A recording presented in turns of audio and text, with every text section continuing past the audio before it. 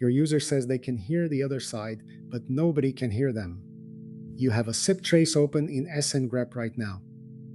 The call looks clean. Invite 200 OK ACK, but one side has no audio. Before you reach for TCP dump, read the SDP you already have. The address each side told the other to send media to is sitting in the invite. The full decision tree and the exact keystrokes are on VoIP School, but SNGrep hides RTP by default. You need -R on the command line to capture RTP payload at all.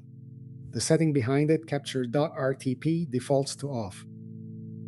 Open the call flow and press F2. The arrow labels switch from method names to connection addresses and media ports. The invite arrow now reads something like INV 192.168.150, port 1000. The 200 OK arrow reads 200, 203 on 113.10, port 2000. That first address is RFC 1918 private space. One side advertised a private address in its C line. The other side is across NAT and is sending RTP to an address it cannot reach. The packets go nowhere.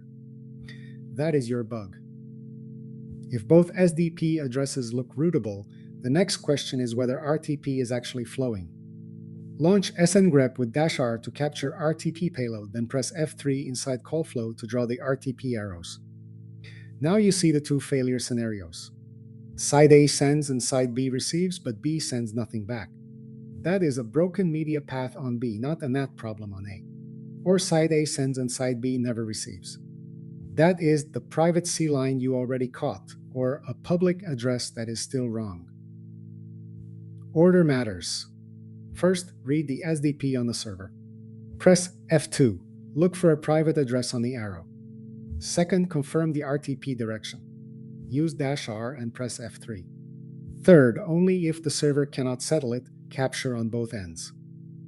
Not one. The side that sends 0 RTP packets is the problem. The full write-up with the SNGrep keystroke reference, the two failure scenarios, and the complete decision tree is on VoIP School. Read it there.